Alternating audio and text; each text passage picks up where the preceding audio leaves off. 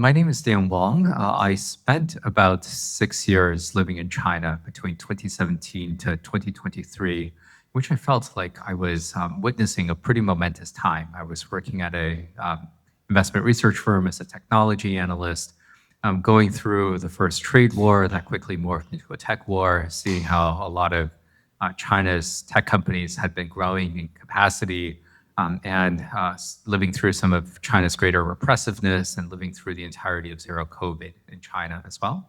Afterwards, I became a fellow at the Yale Law School, and I decided to write this book, Breakneck, China's Quest to Engineer the Future, which I wanted to do to move away from these 19th century political science terms like socialist or capitalist or neoliberal, really to try to understand the competition between the US and China going forward. And my contribution here is to think a little bit about China as a country I call the engineering state, because at various points, the entirety of the senior leadership had degrees in engineering. So they treat the physical environment as an engineering project. They build giant bridges, high-speed rail, hyperscalers, homes, whatever it is, as the solution to absolutely everything. They treat the economy as an engineering project. I also lived through some of Xi Jinping's efforts to crush the real estate sector and crush a lot of consumer internet companies as well, to reorient a lot of smart people into working in semiconductors or aviation or satellites, more strategic technologies instead. Finally, I think about China as an engineering state because they're also fundamentally social engineers. I spend a lot of time thinking about the one-child policy as well as zero COVID, in which the number is right there in the name. There's no ambiguity about what these policies could possibly mean. I contrast that with this country, which I call the lawyerly society, because it seems like everyone who aspires to be president has to first go to Yale Law School. The issue with lawyers is that they're really good at blocking things. They are very good at obstruction. The issue is that in the US, you don't have stupid ideas like the one-child policy. You also don't have functional infrastructure, I would say, almost anywhere. My last point on this is that if we are ever thinking about something like taking the train, for example, from New York City to Washington, D.C., the Acela train is reasonably fast, but it is really just kind of super wobbly. A month ago, I went to go speak at the Abundance Conference. I took the train from New York City to DC, and I got really excited that there was going to be a new class of Acela. There's a new story here that there will be new Acela trains. When I actually read the story, it turns out that the new Acela trains will be something like 11 minutes slower than the present Acela trains. This is just at a first approximation, the US is moving slower and slower year by year. Does not seem super impressive. And what I would really like is for us to move faster instead. Yeah, that was a great introduction. You already touched upon the lawyerly versus the engineering society. And I think that theme kind of continues across many examples. I think you've given like projects, COVID, you've talked about zero COVID, one child, the railway networks, contrasting on both ones. If you had to pick out one favorite example on each side, which kind of like highlights this difference, extreme measures. Yeah. Yeah, let me give a more local example. One example that illustrates both the difference between the US and China. So 2008 was an important year for high-speed rail development in both countries. In 2008, the voters in California approved a referendum to build California high-speed rail meant to link San Francisco with Los Angeles. In 2008, China actually started construction of their first high-speed rail line, which linked Beijing to Shanghai. Coincidentally, when these lines were all completed, will all be completed, they're about the same length, all about 800 miles altogether. What's the difference? Well, the difference is that 3 years later, China actually completed the high-speed rail line between Beijing and Shanghai at the cost, state media claims, of about $40 billion. And over the next 10 years, the Chinese government announced that this high-speed rail line had completed about 1.4 billion passenger trips over the next decade. What is the status of California high-speed rail? Well, none of it has been built, essentially. 17 years after the referendum, none of us will be able to take high-speed rail. I would be somewhat surprised if anyone was able to take high-speed rail between San Francisco to Los Angeles 3 decades after the voters approved this referendum. Right now, the costs are drifting north of $120 billion.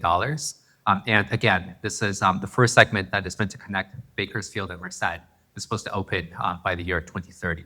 And so this is just one of these really stark differences. And something I find really strange is, where is the outrage among Californians that we had this plan to build so many years ago? Still nothing has been built. Very few heads are rolling. And yet this has continued to be just this national embarrassment for a very long time. That's a great example. One of the things I love in the book is coming from Singapore. Every time I would come for the last few years to Silicon Valley, people would talk about China as China. But in Singapore, like, we talk about the cities, we talk about Chongqing, we talk about Shenzhen and Guangzhou and Beijing and stuff. And I think you've done a great job in the book highlighting how these cities differ and stuff. I also love the kind of like the end personal chapter where you talk about like your family's kind of movement here. There's a line in that last chapter which you mentioned: the contest will be won by the country that works best for the people living in it. The question I think I had was like, is it a zero-sum game at the end between the nations? No, it is absolutely not a zero-sum game. And one of the things I really firmly believe is that both countries are really skilled at beating themselves up. That both countries are really good at creating all of these national policies which do not help the people and create actually all sorts of problems for its own people. I think that the US and China are going to be in competition for a very long time. That as soon as one country races ahead and is obviously in some sort of a lead, that country will suffer from overconfidence and hubris and will make a lot of mistakes.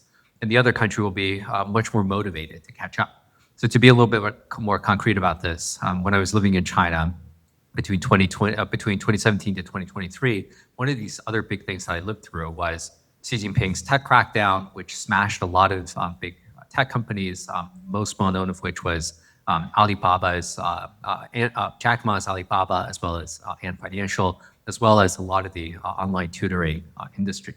And I think this was a classic mistake of hubris in which Xi Jinping, in the start of 2021, decided that China was on the top of the world and that the US was a mess, that China had been able to control COVID without really, and getting the economy really back to life. The US was being ravaged by COVID. January 6th happened. The US political institutions did not look really remarkable in every single way. And so Xi Jinping overplayed his hand and decided to smack a lot of tech companies around. And I think that was a mistake driven out of hubris.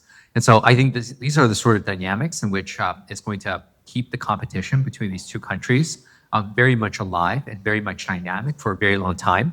And I don't think that either country will have all of these amazing structural advantages that is going to definitely beat the other country. I think both of them are very strong. Both of them are very weak. And I think we're going to have to think about how to make both these countries better for a very long time. I mean, now we are seeing government shutdown that's still not resolved. There's a line in the book which says, for US, you talk about procedure-obsessed left versus a thoughtlessly destructive right. Of course, there's a lot of context behind that statement, but coming from Singapore, we have post Lee Kuan Yew a moderate middle. Is there a middle ground in US politics now, or can we find one? I certainly hope that there will be a middle ground with the US, because I speak as a Canadian, not as a Singaporean. And something I feel about both countries, about both the US and China, is that these countries are giant, they are maddening, they are thrilling, and fundamentally, both countries, both the US and China, are fundamentally bizarre, is my view. And sometimes I would drive into Canada and would immediately relax because Canada just feels much more tidy. But I think this is also just one of these great strengths of both the US and China. I think that Chinese and Americans are actually fundamentally pretty alike. They are both very pragmatic people. They love to take shortcuts in order to get to wealth or to better health as well. That people have a sense of hustle, they have a sense of entrepreneurial dynamism. They have a love of the technological sublime, which are these really big projects that inspire a lot of people, something like the Golden Gate Bridge or something like the Apollo missions. And in both of these countries, really believe that they are great powers, superpowers, and that if smaller countries like Singapore or Canada don't get in line, that they really should be pushed around by these two much bigger countries. And what I would really love is for both of them to stop beating themselves up and to start, improving themselves. And I find, the U.S. at this moment now very strange, in which, one party wins a really narrow majority in the electoral college, and then they radically overstep, make a lot of people upset, and then there's a whole new coalition that shapes in which, there's some narrow electoral win, and then they overstep again. And so, I would love for the U.S. to be able to break out of this pattern, actually deliver to people things that they need. Right now we have a lot of big cities which are not building enough housing for people. San Francisco, New York City, Boston, these are all cities that require a lot more housing. That the transit system in all of these places are very deeply broken. I spend a little bit more time in New York than I do in SF, and the New York subway, though it works reasonably well, it's just this screechingly loud metallic machine that moves over. And this is, and at least it's better than BART, who's, which is the subway systems here are not working all that well. I think the U.S. manufacturing base is in poor shape. It has substantially rusted from top to bottom.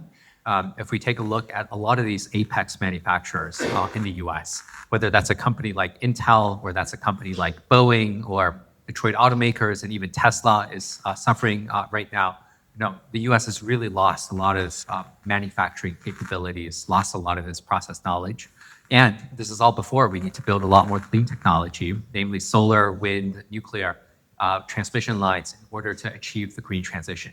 And so right now, the U.S. is in, I would say, not great shape in all sorts of ways. And I would really like for us to, fix all of these giant problems that we have. I mean, you touched on all the kind of manufacturing issues right now, and I think in the book you've mentioned it as, I love the phrase, supply side progressivism. What we are seeing like across, U.S., Japan, Singapore, Asia, India, is you're seeing leaders who have emerged who champion this concept, like whether that's Make in India, or where we're seeing now in Japan, leader emerge, which is also pushing a lot of that. Do you think that this is supply-side progressivism is the right way for all countries to recover what has been lost? I certainly think that supply-side progressivism, which is a term from Ezra Klein, is part of the answer. And this term has somewhat evolved to the abundance agenda. And this is Ezra Klein and Derek Thompson's excellent book, which came out about 6 months ago, and which I recommend to everyone here. And I am, to make myself clear, I'm a card-carrying member of Abundance. I'm a partisan for Abundance. I spoke at the Abundance conference. And I think that it really has a lot of answers for saying that we need to build a lot more. We need to be able to, deliver a lot of the things that people need. And we need to improve the capacity of the government, whether that's the federal government or it's the local government, in order to make things a lot better for people. Because otherwise we get these absurdities like, this long-running SOAR of California high-speed rail, which, again, I expect will not deliver any passengers between San Francisco and California. Probably, my estimation is 30 years after completion. And we are getting, something like the Acela trains, which is moving slower and slower year by year, decade by decade. We're getting better foam seats on these trains, but then the actual train experience is still pretty wobbly and really, really slow. And so I think that, something that makes me pretty optimistic about the U.S. is that I think there's a deep recognition that things have gone off track in all sorts of ways, that the government is not really able to deliver, that our manufacturing base is substantially rusted. And so, there's a lot of vibrant debate about what should be done. And I am just hopeful that, in forums like this, out in the outside world, that we are able to, solve a lot of these problems after we have, debated about them, because now it's time to execute and really improve a lot of our technology needs. That's awesome. I want to throw it out to the audience, and I know there's engineers, there's investors There's folk scientists. So please, and also like we're giving out a signed copy book for every question asked. So there you go. Suddenly see more hands going up, right? So I will admit I haven't read your book yet, but what's your take on the Chinese investment into semiconductor technology through companies like SMIC and a lot of the new AI chips that are coming out now from companies like Alibaba and Tencent, and I know there's a bunch of new startups too. Since it seems like DeepSeek and the Chinese like OpenAI, open source AI, not OpenAI, market is pivoting towards those in the wake of the Chinese like blocks on new NVIDIA chip sales. Yeah, let me answer a slightly more general question about China and AI. I've just been commissioned by the Financial Times to write an op-ed about, in what scenario could it be the case that China actually beats America on AI, whatever that means. I don't think that's, what if they win? How might they win? How might they race to AGI more quickly than the US? And I think that, first of all, I don't necessarily buy this case, but let me just paint the case of, I think it is definitely the case that the US has all the compute, it has a lot of talent, it has a lot of the best reasoning models. But my case for that China might pull ahead is that right now, China has about twice the electrical capacity of the United States, and China is building far more electrical capacity. So China will build about 500 gigawatts of solar this year. The US will build about 50. There's 33 nuclear power plants that are in construction in China. There's 0 under construction in the US. And once power constraints become the biting constraint, then China will actually be able to outrace this. A lot of the top researchers at labs like Meta's lab, they're publicly disclosed. People are researchers. Many of them attended Chinese universities, and I assume many of them are Chinese nationals. And if the U.S. isn't able to solve its problems, if the U.S. is really interested in driving out talented researchers from China, from Singapore, from India, wherever else, then a lot of this talent might go to China and build more Chinese products. And I also want to imagine that it's possible that there is this world in which the Chinese are able to get much better at manufacturing because they are already much better at manufacturing, and AI really accelerates them. Whereas the U.S. is much more of a services-driven economy. We're much more of a healthcare-driven economy. What are we going to be using AI for? Well, maybe all of the Americans will get much better at PowerPoint, whereas the Chinese are just going to get even better at making iPhones, making munitions, making drones. So I want to say that it's the physical world that still really matters, and let's just not focus all entirely on PowerPoint. Please. You mentioned speed earlier. My thinking, the U.S. was designed to be slow from the get-go. It was a tough situation with Donald Trump. Bills need to get approved by the House and the Senate and the executive branch. I think this maybe makes us slow. I guess my question is, do you think the framers were wrong? I don't think that the framers were wrong, but I also don't think that the U.S. Is always fated to be a country that is unable to build almost anything. Because the U.S. used to be a proto-engineering state itself. The U.S. certainly built a lot. The U.S. built in the 19th century canal systems, railway systems, skyscrapers in Chicago and Manhattan. And in the 20th century, it built highways, built the Manhattan Project, the Apollo missions. And so that all has been very impressive. And I think the critical shift has been that throughout the 1960s, a lot of Americans really reacted against the sins and the problems of America's engineering state, in which we had urban planners like Robert Moses ram through too many highways in places like New York City. The U.S. Department of Agriculture was spraying pesticides and DDT absolutely everywhere. And there was a correct and necessary reaction against that. And so a lot of students at the Yale Law School, Harvard Law School, other places really decided to sue the government into oblivion. They said that the government was the creator of all of these problems. And it fit in very well with Ronald Reagan's slogan that government is the problem, not the solution. And so you had both the lawyers as well as Ronald Reagan saying exactly the same thing, which is that we need to restrain the government. And I think that too much of the culture in the US is still oriented towards solving the problems of the 1960s. And I think that we don't have exactly the same problems today. Why don't we solve the problems of today, which is that we need much more housing, We need to build things that, like, let's think about something like Van Ness Avenue, which took about 20 years to add a bus lane, which it's not simply a matter of repainting the road. There is something more to it than that. But, it should take 20 years for a road to add a bus lane. Let's solve these problems of today, and let's, build all the infrastructure that we need. Next question, please.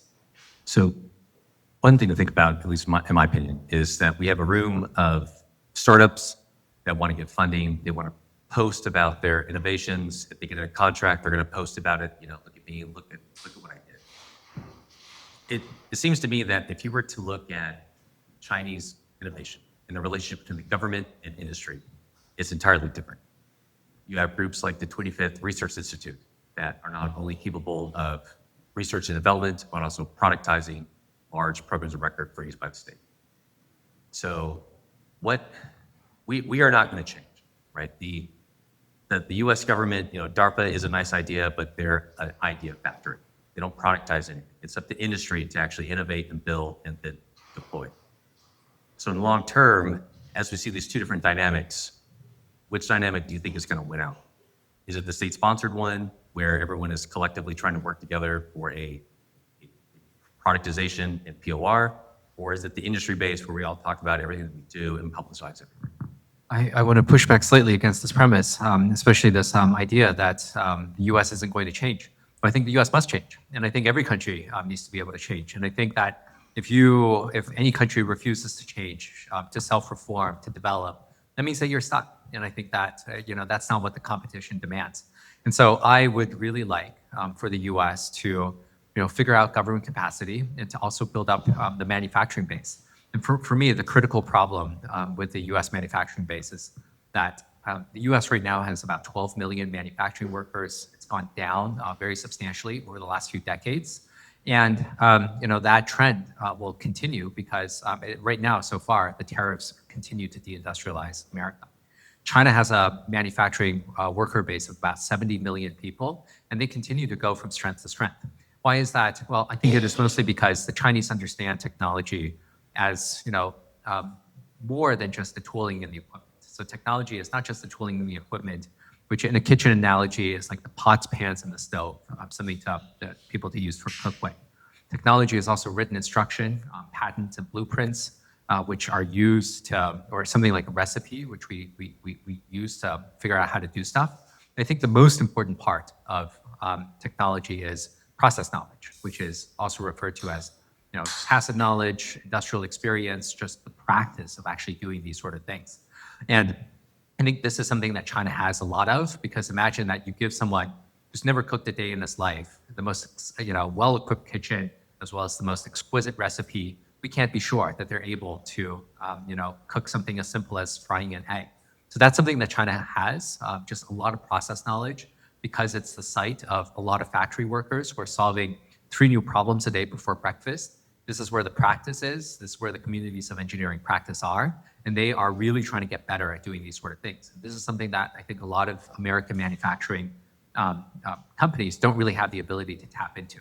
So I don't see it so much as a government problem, industrial problem. I think that they really have to work together in order to build up the manufacturing base such that we are able to figure out our logistics, figuring out our public infrastructure, figuring out our power supply, and then also build much better process knowledge. This is the place that I really want to start. So a very expensive question that I'm sure so many people ask, and I'm going to ask a trillion-dollar question. Given that a lot of military analysts and politicos automatically assume that the United States and China are just running at each other in the Pacific, one way or another, do you think there's any off-ramps that could be available to conclude war? And would it be like these economic ties that are together that might actually prevent? I believe that war between the U.S. and China is not inevitable. It is not necessary, and maybe even growing less likely by the day. I mean, first of all, I think this is something that all of us should be spending a little bit of time thinking about, because if these 2 great superpowers ever meet on the battlefield, I think it will be pretty apocalyptic. World War I produced something like a few million deaths. World War II produced something like a few tens of millions of deaths. We don't want to have an order of magnitude increase yet again. And so we should all be thinking about this. But right now what we have is President Donald Trump appears to be the most pro-China member of the White House. He is always talking about what a great friend he has in top leader Xi Jinping. It's a real bromance over there. I've seen that Donald Trump call Xi Jinping so smart, brilliant, everything nearly perfect, great head of hair. And this is just like a really bizarre thing for Trump to claim. And so, I think that, more likely than war, perhaps we get, a different scenario, which I think would be, very strange as well, which is that President Trump decides to tie up Taiwan in a bow and simply gift it to his friend, Xi Jinping. And so, I think just right now we are living in a really weird and odd time just because of how erratic Trump can be. Maybe we can take one or two more questions. Hey, Dan, thanks for your remarks. My name's Govt. I run a space technology startup. I wanted to ask you about taking if you were to recommend a posture that the US takes with respect to AI and the great power competition with China. You had mentioned the frame of China being a society of engineers and the US being one of lawyers. Recently, there's a lot of focus on AI safety here in California. We saw the bill recently pass. Doesn't it seem like there would be these broader forces that seem like there's this mutually assured destruction when it comes to pursuing AI? And what do you think the US posture should be with respect to that? I think that there maybe is mutually assured destruction with AI, but I think that you have to assume that AI is going to be pretty destructive. And I feel like, there is a lot of this attitude that AI is going to, completely reorder the world. And I'm a little bit skeptical of, things like superintelligence. I'm a little bit skeptical of, this idea that, of something like a decisive strategic advantage in which the AI becomes much better all on their own. And, it matters within minutes of achieving something like superintelligence. That doesn't fit quite right with me. And what I certainly would love is for the US government and the Chinese government to speak more regularly about all sorts of issues, about military conflict, about AI, about climate change, about economic development. I think it certainly would be more positive to have all sorts of communication. I guess we have one final question left.